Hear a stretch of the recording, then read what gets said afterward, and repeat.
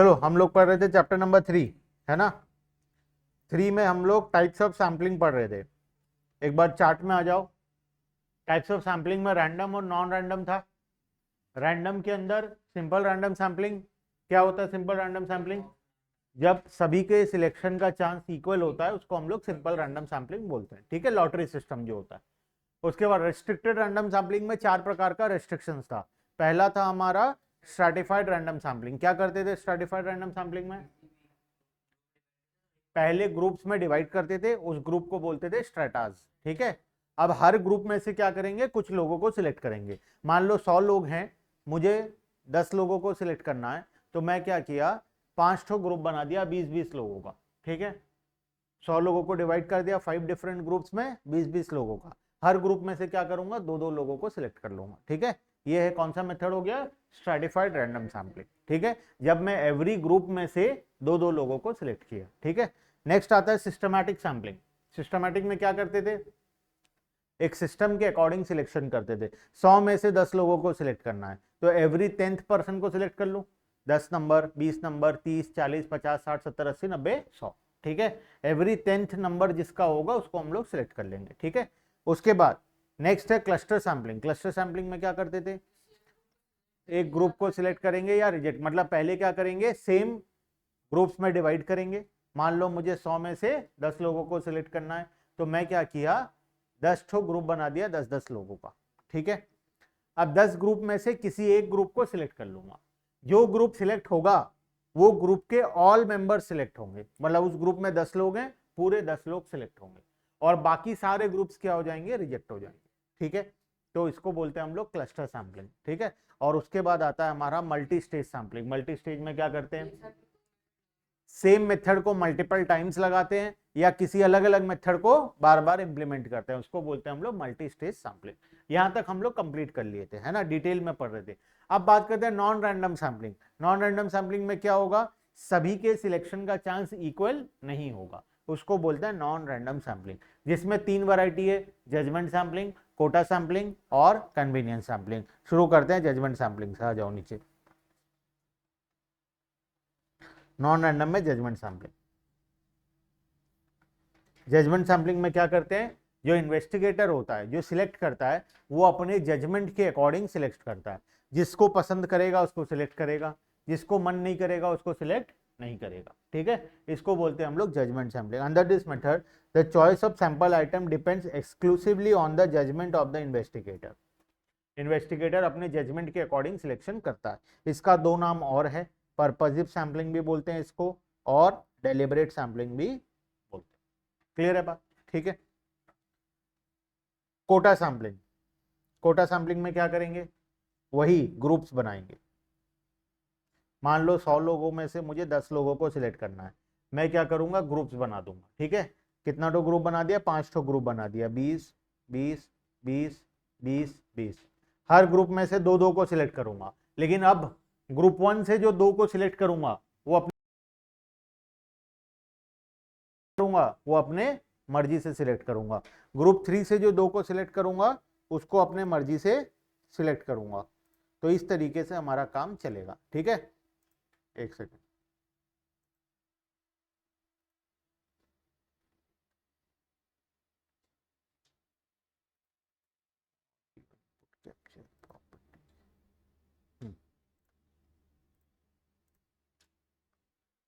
तो कोटा सैम्पलिंग में क्या करते हैं, हम हर ग्रुप में वही सेम ग्रुप्स में डिवाइड करते हैं, जैसे हम लोग क्लस्टर में करते थे, जैसे हम लोग स्ट्रेटाज में करते थे। लेकिन पहले स्ट्रेटा में से जब सिलेक्शन होता था वो रैंडमली होता था, लेकिन अब क्या होगा, वो मेरे मर्जी के अकॉर्डिंग होगा। इसको हम क्या बोलेंगे, कोटा सैम्पलिंग, ठीक है। Under this method the item of population are subdivided into various group and then a quota, the fixed number is fixed, but within the given quota the selection of sample unit depends upon the personal judgment of the investigator. उस group में से किसको select करेगा, वो investigator अपने मर्जी से selection करेगा, ठीक है, वो रैंडमली सिलेक्शन नहीं होगा, ठीक है। उसके बाद कन्वीनियंस सैम्पलिंग। कन्वीनियंस सैम्पलिंग में क्या होता है, इन्वेस्टिगेटर अपने कन्वीनियंस के अकॉर्डिंग सिलेक्शन करता है, जो उसको सुविधा होगा, जिनसे आसानी से उसका काम हो जाएगा, नॉर्मली उसको सिलेक्ट कर लेगा, ठीक है। Under this method the selection of sample unit the investigator give special attention to his convenience, वो अपने कन्वीनियंस को स्पेशल अटेंशन देता है। ठीक है, मान लो ऑल ओवर इंडिया से डेटा कलेक्ट करना था 100 लोगों का, वो क्या किया, कहीं गया ही नहीं, सिर्फ एक लोकेशन से डेटा कलेक्ट करके दे दिया, इसको बोलते हैं कन्वीनियंस सैम्पलिंग। ठीक है जी, इसमें भी इन्वेस्टिगेटर अपने मर्जी से 100 लोगों को सिलेक्ट करके डेटा कलेक्ट किया। ठीक है, चलो ये तो हो गया हमारा टाइप्स ऑफ सैम्पलिंग के बारे में। ठीक है, अब कुछ टॉपिक्स और भी सिलेबस में यहां से कट करवाया हूं मैं पूरा, नॉट इन सिलेबस। आ जाओ सोर्सेस ऑफ सेकेंडरी डेटा में directly. Sources of secondary, primary data तो समझ में आ गया, प्राइमरी डेटा कहाँ कलेक्ट करेंगे, कितना तो मेथड होता है प्राइमरी डेटा को कलेक्ट करने का, प्राइमरी डेटा को कलेक्ट करने का कितना मेथड होता है, ऑनलाइन वाले बताओ, अदिति, अनुष्का, इशिका, प्रांजल, बोलो प्राइमरी डेटा को कलेक्ट करने का कितना मेथड्स होता है, याद नहीं आ रहा है बिल्कुल भी, 6 मेथड्स होता है। क्या क्या होता है 6 मेथड? पहला method direct personal investigation method, दूसरा क्या होता है इनडायरेक्ट ओरल इन्वेस्टिगेशन मेथड, तीसरा इंफॉर्मेशन फ्रॉम कॉरेस्पॉन्डेंट्स, चौथा टेलीफोनिक इंटरव्यू, पांचवा मेल क्वेश्चनियर मेथड, और छठवा questionnaire filled and send by enumerators. ये 6 तरीके से हम प्राइमरी डेटा को कलेक्ट करते थे। ठीक है, लेकिन अब बात कर रहे हैं सेकेंडरी डेटा का। सेकेंडरी डेटा क्या होता है? वो डेटा जो ऑलरेडी कोई कलेक्ट कर चुका है, हम उससे ले रहे हैं, इसको बोलते हैं सेकेंडरी डेटा। तुम सीबीएसई के वेबसाइट से कोई डेटा कॉपी पेस्ट किए, ये क्या है? Secondary data. तुम अपने स्कूल के नोटिस बोर्ड से कोई डेटा कॉपी पेस्ट किए, ये क्या है? Secondary data. जब तुम खुद से कलेक्ट नहीं कर रहे हो, ऑलरेडी कोई कलेक्ट कर चुका है, तुम उस डेटा को यूज कर रहे हो, इसको बोलते हैं हम लोग सेकेंडरी डेटा। तो हमारे पास क्या क्या सोर्सेस है सेकेंडरी डेटा का? एक तो पब्लिश सोर्सेस है, दूसरा अनपब्लिश सोर्सेस है। पब्लिश सोर्सेस का मतलब वो सोर्सेस जो जनरल पब्लिक के लिए अवेलेबल करवाया गया है। कोई चीज अगर नोटिस बोर्ड में लग गया तो वो एक पब्लिश सोर्स बन गया, कोई चीज न्यूज़पेपर में आ गया तो वो एक पब्लिश सोर्स है, कोई चीज वेबसाइट में अपलोड हो गया तो वो एक पब्लिश सोर्स। मैं डेटा तुम्हारे प्रिंसिपल ऑफिस में जाकर तुम्हारे प्रिंसिपल से कलेक्ट किया, ये अनपब्लिश्ड है। मान लो तुम्हारा एग्जाम हुआ हाफ ईयरली एग्जाम का रैंक लिस्ट बना, मुझे रैंक लिस्ट चाहिए था। पहला ऑप्शन मैं गया प्रिंसिपल सर के पास और प्रिंसिपल सर से कलेक्ट कर लिया, ठीक है, उनके ऑफिस से। ये कौन सा सोर्स है? Unpublish sources of secondary data. लेकिन प्रिंसिपल सर ऑलरेडी वो डेटा को न्यूज़पेपर में या मान लो नोटिस बोर्ड में पब्लिश कर चुके हैं, नोटिस बोर्ड में रैंक लिस्ट ऑलरेडी डिक्लेयर हो चुका है। मैं गया तुम्हारे नोटिस बोर्ड में से फोटो लेकर आ गया और डेटा को कलेक्ट कर लिया, ये क्या है? Publish sources of secondary data, जो ऑलरेडी पब्लिक के लिए अवेलेबल करवाया जा चुका है, मैं वहां से कलेक्ट कर रहा हूं। और दूसरा, मैं उस जगह से कलेक्ट कर रहा हूं जो पब्लिक के लिए अवेलेबल नहीं है। प्रिंसिपल से डेटा लाना हर किसी के बस का बात नहीं है ना, वो पब्लिक के लिए अवेलेबल नहीं है, वो मैं जाकर सर से बातचीत करके सेटिंग करके दे आया डेटा। ठीक है, तो ये है unpublish sources of secondary data. ठीक है, आओ बात करते हैं पब्लिश और unpublish. There are number of national as organization and also international agency who collect statistical data in different fields. India में बहुत सारे एजेंसीज हैं जो डेटा कलेक्ट करके पब्लिश करते हैं। सबसे बड़ा एजेंसी तो गवर्नमेंट का है जो सेंसस करवाता है, हर 10 साल में सेंसस करवाकर सारा डेटा कलेक्ट करके उसको वेबसाइट्स में पब्लिश करता है, बुक भी रिलीज कर देता है। ठीक है, ये है सबसे बड़ा source of secondary data, publish sources. ठीक है, पब्लिश सोर्सेज में क्या क्या आएगा? बहुत सारा लिस्ट है, तुम्हें ये लर्न करना पड़ेगा, लिस्ट में नाम को लर्न करना पड़ेगा। पहला तो official publication of central and state government, जो सेंट्रल गवर्नमेंट और स्टेट गवर्नमेंट हर साल अपना पब्लिकेशन निकालते हैं, एनुअल बुक्स पब्लिश करते हैं, 5 ईयर प्लान्स का डॉक्यूमेंट पब्लिश करते हैं। जो भी डॉक्यूमेंट गवर्नमेंट के द्वारा पब्लिश किया जाता है, उस डॉक्यूमेंट के अंदर जो भी डेटा है वो सब publish sources of secondary data. ठीक है, उसके बाद सेमी गवर्नमेंट पब्लिकेशंस, जैसे कि कोई म्यूनसिपालिटी कोई डेटा पब्लिश किया, तो म्यूनसिपालिटी का वेबसाइट कभी गए हो? आज जाकर बड़गांव म्यूनसिपालिटी का वेबसाइट चेक करना, बहुत सारा डेटा है, कौन से वार्ड में कितने लोग रहते हैं, हमारा एरिया कितना है, बरगढ़ का कितना स्क्वायर किलोमीटर एरिया है, ये सब डेटा ऑलरेडी है वहां पर। ठीक है, तो तुम जाओगे वहां से डेटा लोगे, ये क्या है? Publish sources of secondary data. तो म्यूनसिपालिटी पब्लिश किया, कोई और गवर्नमेंट ऑर्गेनाइजेशन डेटा को पब्लिश कर रहा है, डिस्ट्रिक्ट बोर्ड हो गया, birth rate, death rate, education, sanitation, ये सब के बारे में डेटा जो ये लोग पब्लिश करते हैं, इसको हम लोग क्या बोलते हैं? Secondary sources of data, publish sources of secondary data. ठीक है, एक तो डायरेक्टली गवर्नमेंट के ऑफिशियल से हमें मिल सकता है, सेंट्रल गवर्नमेंट, स्टेट गवर्नमेंट। दूसरा है सेमी गवर्नमेंट ऑर्गेनाइजेशन, जैसे म्युनिसिपालिटी, म्युनिसिपालिटी गवर्नमेंट का नहीं होता, वो सेमी गवर्नमेंट है। ठीक है, तो सेमी गवर्नमेंट ऑर्गेनाइजेशन से भी हमें डेटा मिलता है। कमिटीज, ये पॉइंट नंबर 3 होगा, हाँ टाइपिंग मिस्टेक है, 3 4 5 6 7 8, ठीक है, नंबरिंग मिस्टेक है यहाँ पर, ठीक कर लेना। Point number 3, report of committees and commissions. Government का बहुत सारा कमिटी है, बहुत सारा कमीशन है जो हर साल डेटा कलेक्शन करके एनालिसिस करके रिपोर्ट पब्लिश करता है। ठीक है, जैसे उसमें है नरसिम्हा कमिटी, और भी ऐसे बहुत सारे कमिटीज हैं गवर्नमेंट के।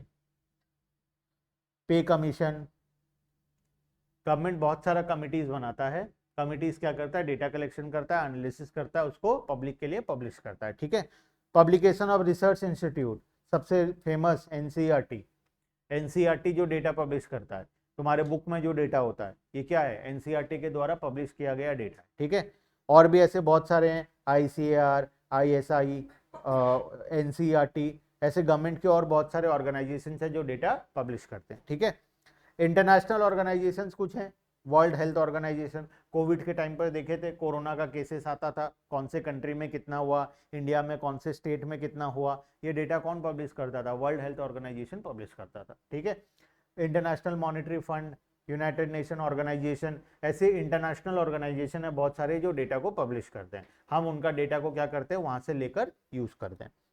प्राइवेट पब्लिकेशंस भी बहुत सारे हैं जो डेटा को कलेक्ट करके पब्लिश करने का काम करते हैं। एक तो तुम्हारा सबसे बड़ा प्राइवेट पब्लिकेशन देखोगे तो जैसे आईसीएआई है, institute of chartered accountant of India, वो बहुत सारा डेटा कलेक्ट करके पब्लिश करता है। तुम्हारा सीएस इंस्टीट्यूट है, ऐसे और भी बहुत सारे प्राइवेट इंस्टीट्यूट हैं। Some commercial and research institute publish reports regularly, they are institute of economic growth. Stock exchange, सबसे ज़्यादा डेटा हमें स्टॉक एक्सचेंज प्रोवाइड करता है, जहाँ पर शेयर ट्रेडिंग होता है स्टॉक एक्सचेंज, वो हमें बहुत सारा डेटा पब्लिश करता है वहाँ पर। National council of applied economic research. तो तुम्हें क्या करना है, ये सारा नाम याद नहीं रखना है, तुम्हें ये हेडिंग्स को याद रखना है, और इसके अंदर का एक दो एग्जाम्पल को, सेमी गवर्नमेंट में कौन आएगा, रिसर्च इंस्टीट्यूट में कौन आएगा, इंटरनेशनल ऑर्गेनाइजेशन में कौन कौन आएगा, तो खाली हेडिंग्स को याद रखना है, अंदर का एक दो नाम को याद रखना है। ठीक है, बहुत सारे प्राइवेट ऑर्गेनाइजेशन होते हैं जो डेटा को कलेक्ट करके पब्लिश करते हैं। स्टॉक एक्सचेंज है, बीएससी है, एनएससी है।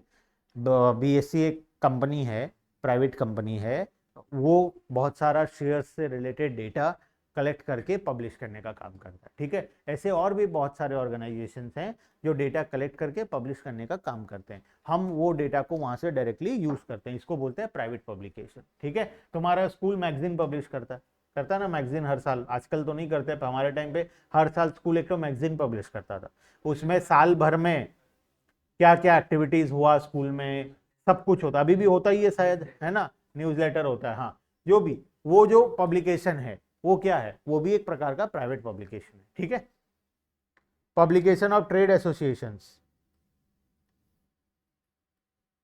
Chartered accountant of India, trade union, ये लोग अगर कोई डेटा पब्लिश कर रहे हैं तो ये है ट्रेड एसोसिएशंस का पब्लिकेशन। जैसे बरगढ़ मार्चेंट एसोसिएशन अपना डेटा पब्लिश किया, ठीक है, एडवोकेट एसोसिएशन अपना किया, सीए एसोसिएशन अपना किया, हर बिजनेस का अपना अपना ग्रुप होता है, एसोसिएशन होता है, वो लोग अपना अपना डेटा पब्लिश कर रहे हैं, तो ये क्या है, एक प्रकार का ट्रेड एसोसिएशन का डेटा। न्यूज़पेपर और मैगजीन तो है ही सबसे famous source of data, newspaper में इतना सारा डेटा आता है, मैगजीन्स में इतना सारा डेटा होता है, वो सारा डेटा हमारे लिए क्या है, publish sources of secondary data. ठीक है, तो बेसिकली 8 इंपॉर्टेंट जगह है जहां से हमें सेकेंडरी डेटा नॉर्मली मिलता है। ठीक है, इनका तुम्हें हेडिंग्स याद रखना है, नाम एक दो याद रखो तो ठीक है, आराम से लिख पाओगे। ठीक है, अनपब्लिश सोर्सेस क्या क्या है, अनपब्लिश सोर्सेज जो अभी तक पब्लिकली अवेलेबल नहीं हुआ है। ठीक है, तुम्हारे स्कूल के प्रिंसिपल से मैं जाकर डेटा कलेक्ट किया, तुम्हारे स्कूल के किसी टीचर से डेटा कलेक्ट कर लिया, ठीक है, ये क्या है, अनपब्लिश सोर्सेज। ठीक है, इनसाइडर इंफॉर्मेशन, बेसिकली एक प्रकार से क्या होता है, ये थोड़ा सा इनसाइडर इंफॉर्मेशन के जैसा होता है। ठीक है, when data collected by someone is not published and is taken by other person for the purpose of investigation, then such data is known as unpublished secondary data. तुम्हारे स्कूल वाले rank list prepare करके रखे थे 20 तारीख को, आज 26 है, मान लो 1 तारीख को रिजल्ट अनाउंस होने वाला था, 1 तारीख को वो पब्लिक बन जाता, पब्लिकली अनाउंस हो जाता। मैं क्या किया, 28 तारीख को ही जाकर प्रिंसिपल से डेटा ले आया, रिजल्ट ले आया। तो ये क्या है, अनपब्लिश सोर्स, ठीक है। प्रिंसिपल कलेक्ट करके डिटेल बनाकर रखा था, मैं जाकर प्रिंसिपल से लेकर आ गया, मेरे लिए सेकेंडरी डेटा है, लेकिन ये अभी तक पब्लिश नहीं हुआ है, तो ये क्या है, अनपब्लिश्ड है, ठीक है।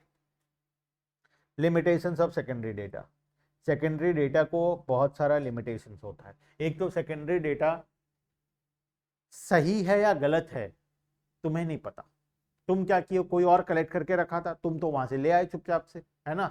अच्छा, वो सही कलेक्ट किया था, गलत कलेक्ट किया था, कौन सा मेथड फॉलो किया था, डायरेक्ट पर्सनल इन्वेस्टिगेशन किया था, क्योंकि दूसरा कोई कलेक्ट किया है ना डेटा, हम यूज कर रहे हैं। जब वो कलेक्ट किया था तब वो सही तरीके से कलेक्ट किया था या नहीं किया था, तब वो जब कलेक्ट कर रहा था हो सकता है उससे कोई गलती हुआ हो, तो वो डेटा तो गलत हो जाएगा, ठीक है। तो सेकेंडरी डेटा का बहुत सारा प्रॉब्लम्स है यूज करने के लिए।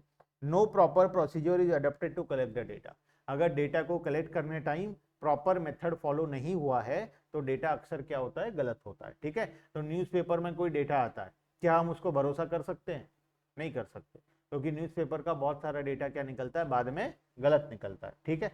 हाँ, लेकिन गवर्नमेंट ऑर्गेनाइजेशन कोई डेटा पब्लिश किया है तो मोस्ट प्रोबेबली वो क्या होगा, सही होगा, ठीक है। Secondary data may be influenced by the prejudice of the investigator, secondary data हो सकता है इन्फ्लुएंस्ड हो, ठीक है, मैं उस डेटा को चेंज कर दूं, मैं उस डेटा के साथ कुछ छेड़छाड़ कर दूं, ठीक है। Secondary data sometimes lack standard of accuracy, बहुत बार सेकेंडरी डेटा क्या होता है, एक्यूरेट नहीं होता है, बहुत बार डेटा गलत होता है। अक्सर न्यूज़पेपर का डेटा, न्यूज़ एजेंसी वाले जो डेटा दिखाते हैं, आज 5 लाख लोग मर गए, पता नहीं 5 लोग भी मरे हैं या नहीं मरे हैं पता नहीं, लेकिन 5 लाख लोग मर गए, वो लोग एक बार तो हेडलाइन बना ही देंगे, है ना। तो ये जो डेटा है ये इसका एक्यूरेसी नहीं होता है। Secondary data may not cover full period of investigation, तुम्हें जहां से जहां तक का डेटा चाहिए था, हो सकता है सेकेंडरी डेटा पूरा पीरियड ऑफ इन्वेस्टिगेशन को कवर ना करे। मुझे साल भर का डेटा चाहिए था, लेकिन मुझे मिला कितना, सिर्फ 3 महीने का डेटा मिला, सिर्फ 2 महीने का डेटा मिला। अगर मैं खुद कलेक्ट करता तो पूरे साल भर का करता, लेकिन मैं तो कलेक्ट किया नहीं, कोई और कलेक्ट करके रखा था, मैं क्या किया, उसको कॉपी पेस्ट किया, तो मेरे को हो सकता है पूरा डेटा ना मिले, ठीक है, ऐसा भी हो सकता है। तो जब इतने सारे प्रॉब्लम्स हैं तो सेकेंडरी डेटा को यूज करने से पहले हमें कुछ चीजों को ध्यान में रखना पड़ेगा, ठीक है, जो कि है precautions in the use of secondary data. अब प्रिकॉशंस नॉर्मली सिलेबस में नहीं है, जैसे हम प्राइमरी डेटा का 6 मेथड का प्रिकॉशन कट किए थे, वैसे ही सेकेंडरी डेटा का भी प्रिकॉशन तुम चाहो तो स्किप कर सकते हो, लेकिन इसमें कुछ है नहीं।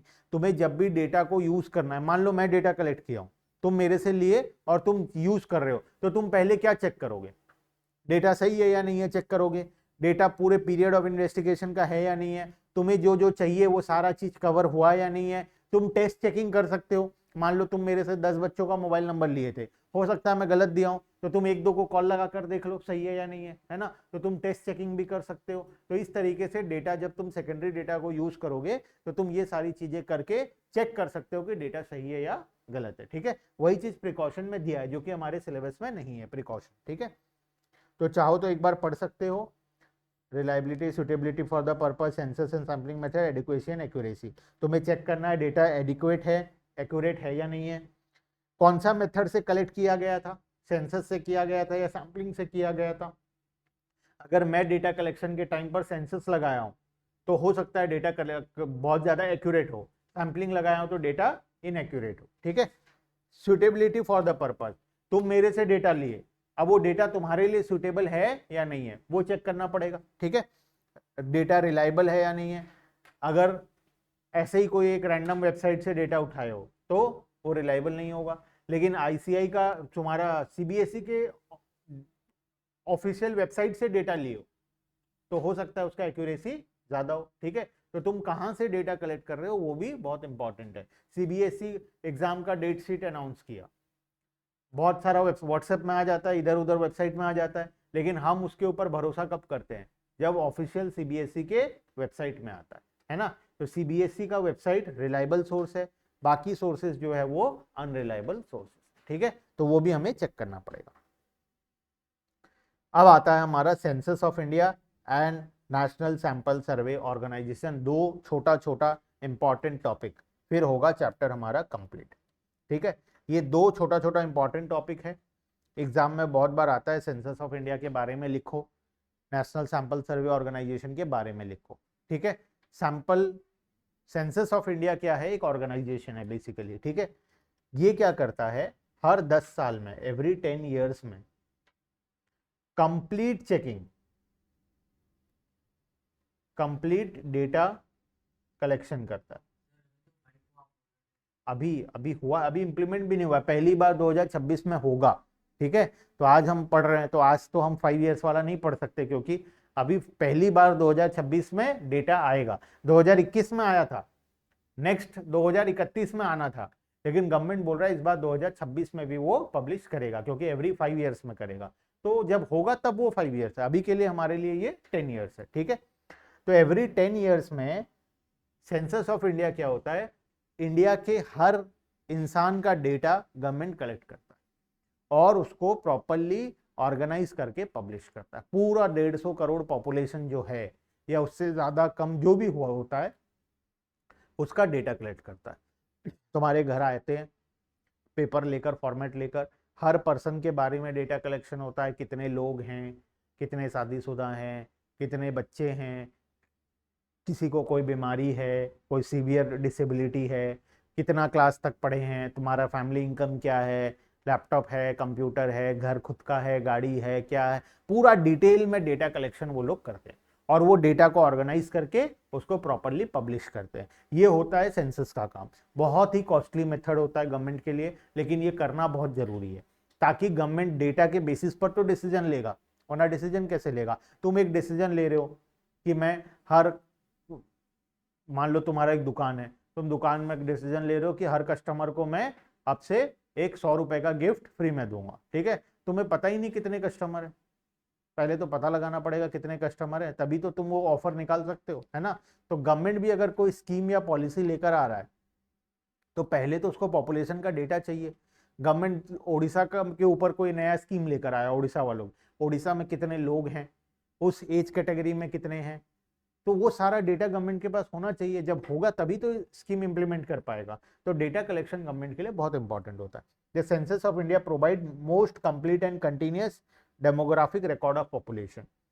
1881 से शुरू हुआ था, हर 10 साल में ये किया जाता है। ठीक है, फर्स्ट टाइम 1881 में हुआ था और आफ्टर इंडिपेंडेंस पहली बार 1951 में हुआ। ठीक है, तो 1951 से, इनफैक्ट 1881 से अभी तक कंटिन्यूअसली एवरी 10 ईयर्स में ये होता है। ठीक है, The responsibility of conducting census of India rests with Office of the Registrar General as Census Commissioner of India under Ministry of Home Affairs, Government of India। Ministry of Home Affairs किसका है अभी, कौन चलाता है ministry of home affairs? Amit Shah. Very good, Amit Shah. Amit Shah अभी ministry of home affairs का head है। उसके अंडर में आता है registrar general and census commissioner, और उसका काम होता है कि वो हर 10 साल में सेंसस ऑफ इंडिया को कंडक्ट करवाएगा। ठीक है, the most recent census was conducted in 2021। 2011 book में लिखा है, 2021 में लास्ट सेंसस हुआ था। इट वाज 16th, ये 15th है, तो वो कौन सा होगा, 16th census in the unbroken series, 7th after independence is 1947, 8th after independence. ठीक है, 2021 वाला क्लियर है। 2021 वाला डेटा ना अभी अभी आया है, बहुत रिसेंटली आया है। क्यों इतना लेट से, क्यों? कोविड हो गया था, जब कलेक्शन चल रहा था बीच में 2 साल कोविड आ गया, तो 2020 में कोविड आया, 2021 में डेटा पब्लिश होना था, तो वो काम हो नहीं पाया, तो 2022-23 में वो काम हुआ, तो अभी जाकर उसका डेटा पब्लिश हुआ है। ठीक है, इसीलिए बुक सारे में 2011 ही लिखा हुआ है, वो अपडेट नहीं हुआ है, क्योंकि जब ये बुक बना था तब तक वो डेटा आया ही नहीं था 2021 वाला। तब तक क्या चल रहा था, 2011 वाला चल रहा था। बिकॉज ऑफ कोविड 2-3 साल वो सारा डिले हो गया प्रोसेस। 150 करोड़ लोगों का पॉपुलेशन का डेटा कलेक्ट करना है, एक दिन में तो होगा नहीं, ये 5 साल लगता है, 5 से 6 साल लगता है। तो 10 साल बाद जो गवर्नमेंट डेटा पब्लिश करेगा, मान लो 2031 का जो सेंसस होने वाला है, उसका काम 2025-26 से चालू हो जाएगा, तो जाकर 2030 तक पूरे इंडिया का डेटा कलेक्शन होगा और 2031 में जाकर वो पब्लिश हो पाएगा। बात समझ रहे हो? तो इस तरीके से काम होता है। इतने लोगों का, इतना एरिया में, गांव गांव कहाँ कहाँ लोग नहीं रह रहे, जहां पर आज तक इलेक्ट्रिसिटी नहीं पहुंचा है, इंटरनेट नहीं पहुंचा है, वहां जाकर तुम्हें डेटा कलेक्ट करना है। ठीक है, तो वो प्रोसेस में बहुत टाइम टेकिंग प्रोसेस होता है। ठीक है, नेशनल सैंपल सर्वे ऑर्गेनाइजेशन ये एक और ऑर्गेनाइजेशन है। हम बात किए सैंपलिंग करेंगे, सैंपलिंग का इतना सारा मेथड पड़े, रैंडम, नॉन रैंडम, उसके बाद रैंडम के अंदर restricted, non restricted, simple random, इतना सारा वैरायटी पड़े। तुम्हें क्या लगता है तुम सैंपलिंग कर लोगे अगर तुम्हें दिया जाए तो? अगर मैं बोलूं तुम्हारे स्कूल में से 2 लोगों को सिलेक्ट करो जो कि पूरे स्कूल को प्रॉपरली रिप्रेजेंट करें, कर लोगे? कोई बच्चा हो सकता है क्रिकेटर हो, कोई हो सकता है डांसर हो, कोई हो सकता है पढ़ाई अच्छा करे, कोई हो सकता है बदमाशी अच्छा करता हो, कोई हो सकता है दौड़ने में दौड़ता है बहुत अच्छे से, कोई गाना गाता है, कोई डांस करता है, कोई कुछ करता है, कोई कुछ करता है ना? तो कौन 2 को सिलेक्ट करोगे? कौन सा मेथड लगाओगे? कन्वीनियंट कौन सा होगा बताओ? बस। तो क्या ये सही होगा? तुम्हारा रिजल्ट सही आएगा क्या? तुम्हारा रिजल्ट, क्या वो 2 बच्चे स्कूल को रिप्रेजेंट कर पाएंगे? इसका कोई गारंटी है? नहीं है। तो कौन सा मेथड लगाएं? रैंडम लगा दें? रैंडम लगाए, एलकेजी के 2 बच्चे सिलेक्ट हो गए, क्या ये स्कूल को रिप्रेजेंट करें? उनको तो बोलना नहीं आता अच्छे से। हाँ, तो क्या वो रिप्रेजेंट कर पाएंगे? ऑब्वियसली नहीं कर पाएंगे। तो कौन सा लगाए मेथड? सबका? 1000 लोग हैं तुम्हारे स्कूल में, चलो 800-900 बच्चे हैं। अगर मैं बात करूं बाकी जगह में तो कोई इंडिया का करना है 150 करोड़ का, आप बताओ। नॉट पॉसिबल है ना? तो हम लोगों के द्वारा ये काम करना पॉसिबल नहीं। हम सैंपलिंग करने के लिए बने ही नहीं है। सैंपलिंग करना एक्सपर्ट लोगों का काम होता है, हमारा काम ही नहीं है। सैंपलिंग करने के लिए हमें 10 साल सैंपलिंग के बारे में कोर्स पढ़ाई करना पड़ेगा, डिग्री लेना पड़ेगा। डिग्री लेने के बाद हम एलिजिबल होंगे सैंपलिंग करने के लिए। ये घर का छोटा मोटा सैंपलिंग अलग बात है, डॉक्टर ब्लड निकाल रहा है, कहीं से भी थोड़ा सा ब्लड निकाल दिया, सैंपलिंग हो गया, ये अलग बात है। लेकिन एक्चुअल सैंपलिंग जो होता है वो एक्सपर्ट लोग करते हैं। और वो एक्सपर्ट कौन है? National Sample Survey Organization. ठीक है, ये गवर्नमेंट का एक ऑर्गेनाइजेशन है जो कि सैंपलिंग में एक्सपर्ट है।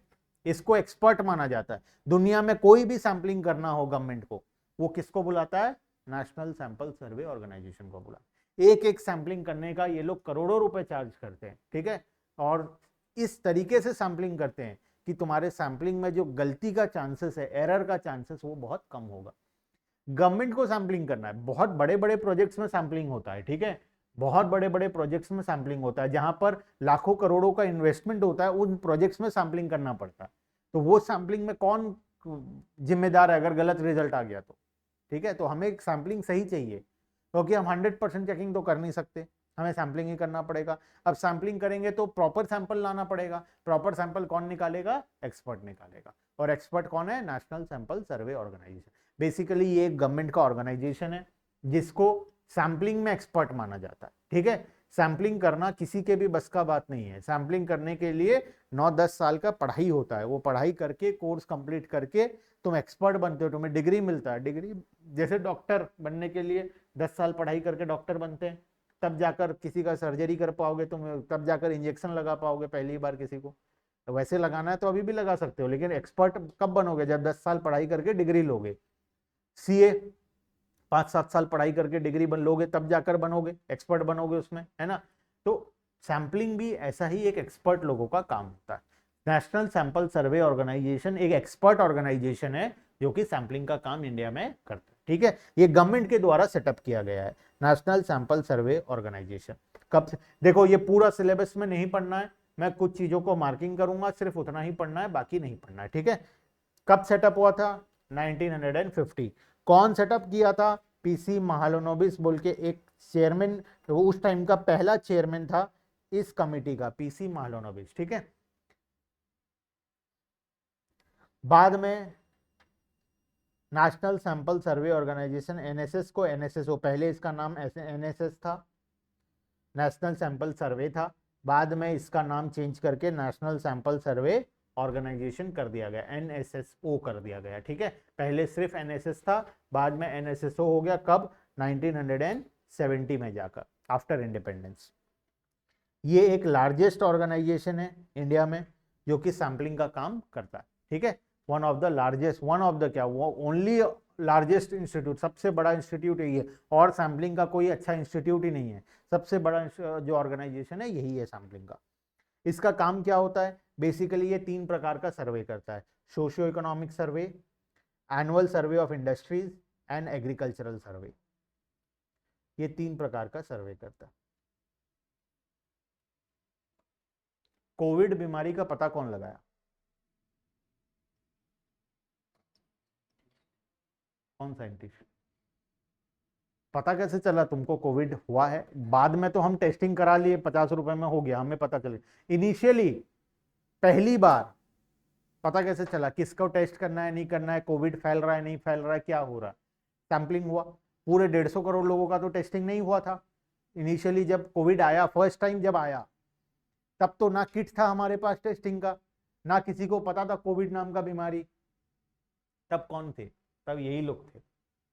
तब ऐसे ही ऑर्गेनाइजेशंस थे जो लोगों को पकड़ पकड़ के, जो नॉर्मल जिनको फीवर हो रहा था, जो लोग मर रहे थे नॉर्मली, उनको उठा उठाकर जाकर लैब में टेस्टिंग करके, सर्वे करके, सेंसस सैंपलिंग करके उनसे पता लगाया कि कौन सा डिजीज हुआ है, ठीक है। तो सैंपलिंग सबसे इंपॉर्टेंट चीज होता है गवर्नमेंट के लिए, कोई भी चीज में। आज मान लो कोई एग्रीकल्चर में कोई डिजीज फैल गया, तो उस डिजीज का पता लगाने के लिए सर्वे करना पड़ेगा, सैंपलिंग करना पड़ेगा, सैंपल्स लेकर उसका टेस्टिंग करना पड़ेगा, ठीक है। तो इनका बेसिकली काम क्या होता है, socio economic survey, annual survey of industries और एग्रीकल्चरल सर्वे। ये 3 काम सबसे इंपॉर्टेंट इन लोगों का होता है। बस टोटल इतना ही पढ़ना है इसमें, ठीक है। नेशनल सैंपल सर्वे ऑर्गेनाइजेशन के बारे में, इसका नाम, कब सेटअप हुआ था, कौन किया था, लार्जेस्ट ऑर्गेनाइजेशन है, और इनका 3 इंपॉर्टेंट काम होता है। क्लियर है बात? ठीक है, यहाँ तक ठीक है। चलो, तो बाकी चीजों को स्किप कर सकते हो, नहीं पढ़ने से चलेगा, ठीक है। चलो, तो यहाँ पर हमारा कंप्लीट होता है ये टॉपिक। अब तो छुट्टी है 5 दिन, है ना। उसके बाद आने के बाद हम टेस्ट सीरीज शुरू करेंगे, ठीक है। पढ़ाई भी करते रहेंगे, साथ साथ में एवरी वीक हम लोग टेस्ट लेंगे। जो जो चैप्टर्स बचा हुआ है आफ्टर हॉलीडेज, हम लोग नेक्स्ट वीक से मंडे से चालू हो जाएगा वीक। हमारा ट्यूसडे को क्लास है, हम ट्यूसडे को पहले पढ़ेंगे, फिर नेक्स्ट फ्राइडे के आसपास हम लोग टेस्ट लेंगे, सैटरडे को, ठीक है। ऑनलाइन में अदिति, अनुष्का, इक्षित, इशिका और प्रांजल।